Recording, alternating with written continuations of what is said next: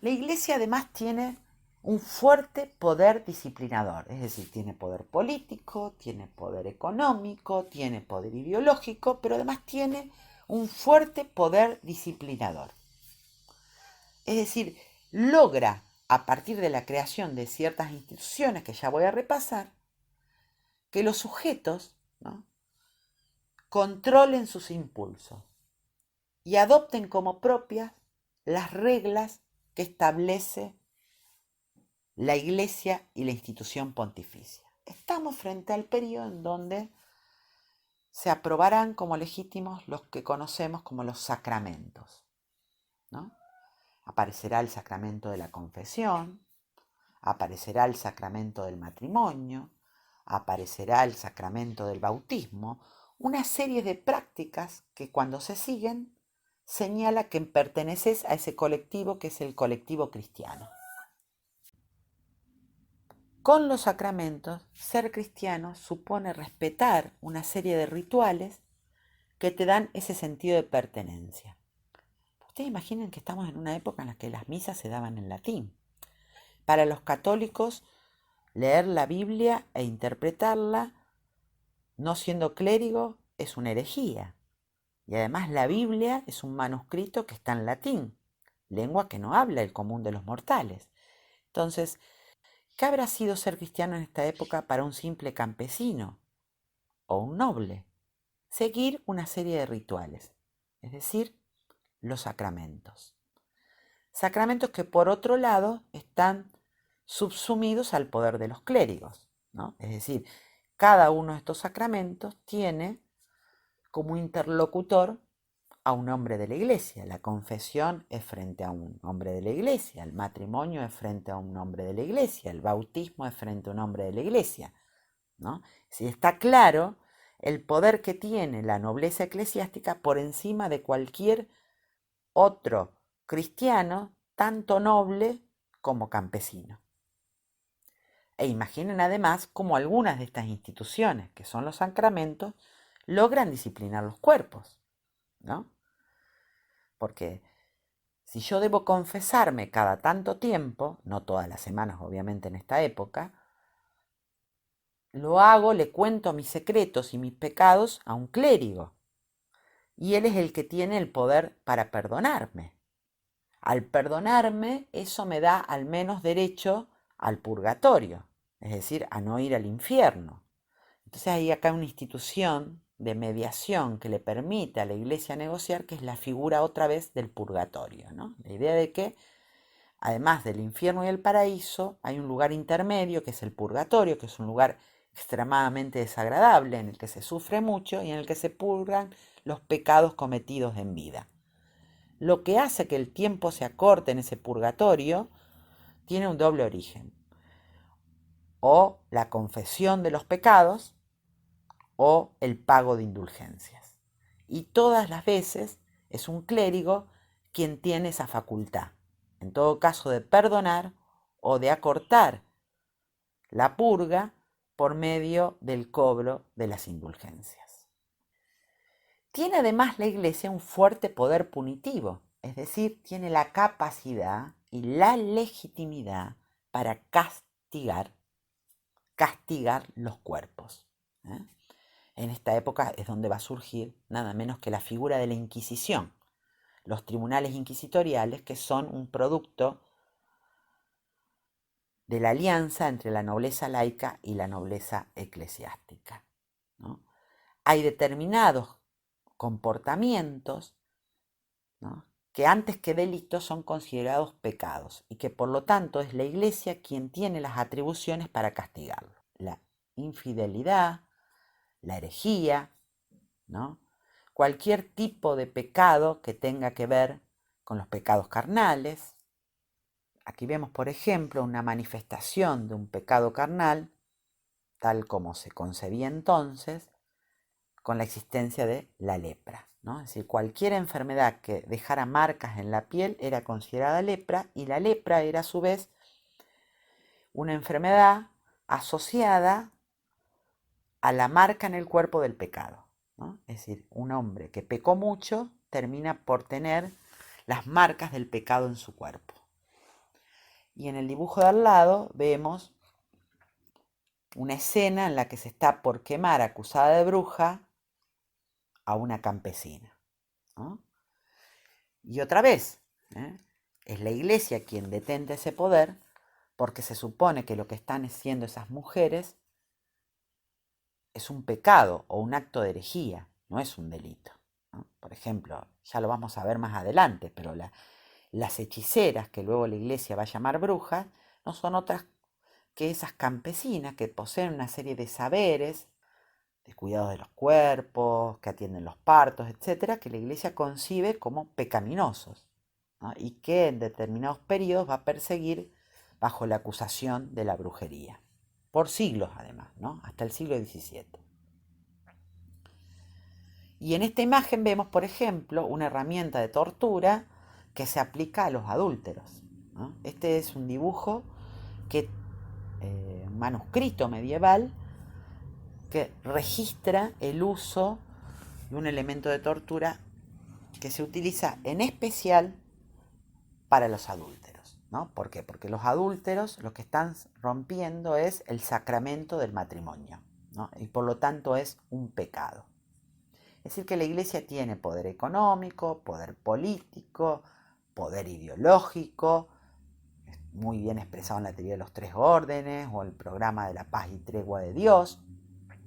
Tiene un fuerte poder disciplinador, ¿no? A partir de la creación de los sacramentos y del control de los cuerpos y de la psiquis de esos sujetos que se sienten en la obligación de relatar sus vidas frente a un clérigo, ¿no? Para no irse al infierno. Y tiene además poder punitivo, es decir, tiene la capacidad real de aplicar castigos. Y vaya qué castigos, ¿no? Otros de los sujetos a los cuales la iglesia persigue son los infieles y los herejes, ¿no? Que son dos colectivos diferentes. El infiel es quien profesa otra religión, por ejemplo, la judía, la musulmana. El hereje es quien, sintiéndose cristiano, no obedece a la ortodoxia, es decir, interpreta el cristianismo por fuera de las reglas que establece la Iglesia Católica. Esto es muy importante porque a medida que la cristiandad avance sobre el espacio europeo y los pueblos europeos se vayan volviendo cristianos, más van a proliferar las herejías, es decir, más van a proliferar movimientos que van a interpretar el cristianismo de manera diferente a lo que establece la ortodoxia o las autoridades de la iglesia. Ningún hereje se autoproclama hereje. Es la iglesia la que dice que esa interpretación del cristianismo es una herejía, ¿no? Y el origen de la palabra herejía, ¿saben cuál es? Elegir. Un buen cristiano no elige, simplemente obedece los dogmas, ¿no? Que establece las autoridades de la iglesia, que son los únicos que pueden interpretar esos dogmas. Un buen cristiano lo único que hace es seguir esos rituales al pie de la letra sin cuestionar. Y por último, la iglesia tiene un fuerte poder hegemónico que se expresa en el monopolio de la verdad. Es decir, estamos frente a una época en la que, por lo menos hasta el siglo XII, quienes saben leer y escribir son hombres de la iglesia. Y digo bien hombres, fíjense que no digo hombres y mujeres. Digo hombres porque eran hombres, o sea, eran varones. De hecho, la iglesia tenía muchos clérigos que ni siquiera estaban alfabetizados, pero los teólogos o los intelectuales de la iglesia eran los verdaderos intelectuales de la época, quienes asesoraban a los príncipes, a los reyes, naturalmente al papa, que era el más importante de todos los príncipes. Hay un monopolio de la verdad controlado por la iglesia, ¿no? La iglesia dice qué es verdad y qué no es verdad, no solamente en el terreno teológico, y si la iglesia establece que hay algún manuscrito que tiene un contenido herético, este puede ser quemado. Acá vemos una imagen donde vemos cómo se están quemando libros, que fueron otras de las grandes víctimas de la iglesia medieval, y una segunda imagen donde vemos a clérigos estudiando. La figura de los estudiosos supone también un encuentro entre clérigos. No es posible de otro modo. Entonces, el poder que tiene dentro de la nobleza en general, que es la clase dominante, la nobleza eclesiástica, es fuertemente significativo, ¿no?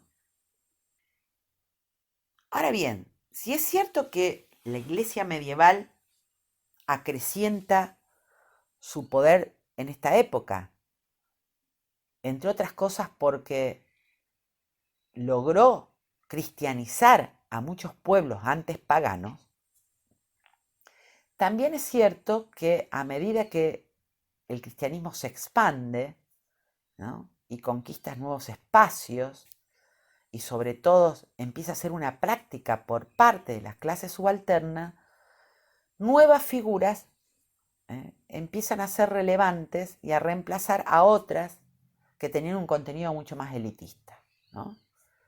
Esta misma época vamos a ver cómo se profundiza la idea de la piedad por Cristo, ¿no? Es decir, por un lado la iglesia castiga, por un lado la iglesia tiene poder económico y poder político, pero por otro lado también es quien empieza a desarrollar las cofradías, las hermandades, la asistencia a los pobres y peregrinos, la idea de hospitalidad, ¿no? Es decir, la iglesia tiene un poder que muchas veces se expresa brutalmente, pero otras veces se expresa por su capacidad para convencer, ¿no?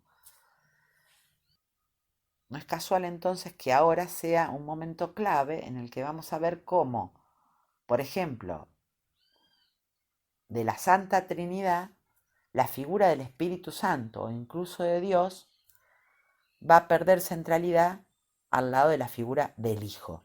¿Por qué? Porque el Hijo, la figura de Jesús, es una figura que para el común de las gentes, digamos, tiene carnalidad, es un ser humano. Será el Hijo de Dios, será Dios en sí mismo, pero no deja de ser un ser humano. Es decir, estamos frente a una época en la que va a empezar a tener muchísima importancia la figura de Cristo y la figura de María. Casualmente, dos seres humanos, digamos, ¿no? En reemplazo de figuras mucho más abstractas como la de el Espíritu Santo o la misma de Dios. Ahora, claro, si el cristianismo crece en profundidad y en extensión, también van a crecer las formas de vivir y de profesar ese cristianismo que se distancian de la ortodoxia eclesiástica, ¿no? Y que van a interpretar ese cristianismo de un modo distinto. Es decir, a medida que el cristianismo y el poder de la iglesia se acrecienta, a la par también crecen las herejías, que no son sino corrientes religiosas que se autoproclaman cristianas, pero que la iglesia condena como herejías porque interpretan el dogma de manera diferente. Una manera que vendría en última instancia a cuestionar la figura del Papa o la figura de determinados clérigos o de determinadas instituciones de la Iglesia Católica, o la riqueza que detenta la Iglesia, o el poder político que detenta esa Iglesia, etcétera, etcétera. Porque ustedes tienen que imaginar esto, digamos. Imaginen una sociedad en la que lo religioso impregna todo, absolutamente todo, ¿no? En donde hasta el tributo que yo le pago al señor feudal o al noble, que es la misma persona, está justificada a partir de la teoría de los tres órdenes. Le pago este tributo porque este noble está protegiendo mi cuerpo. Le pago el diezmo a la iglesia porque este clérigo está cuidando mi alma inmortal. Está orando por mí. Si en una sociedad en la que los asuntos de la iglesia impregnan todo, también el poder político, este príncipe es legítimo porque ha sido ungido por un obispo para mandar al pueblo cristiano. En una sociedad como esta, insisto, los conflictos políticos, el desacuerdo, ¿no?, el cuestionamiento del orden establecido, también se produce en un lenguaje religioso. Podríamos decir que entonces las herejías de las sociedades medievales son como movimientos políticos que cuestionan el orden establecido.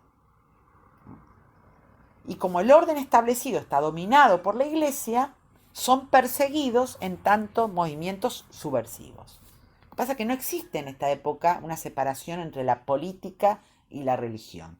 La religión impregna todo, las relaciones de explotación, las relaciones políticas y, por supuesto, el orden ideológico.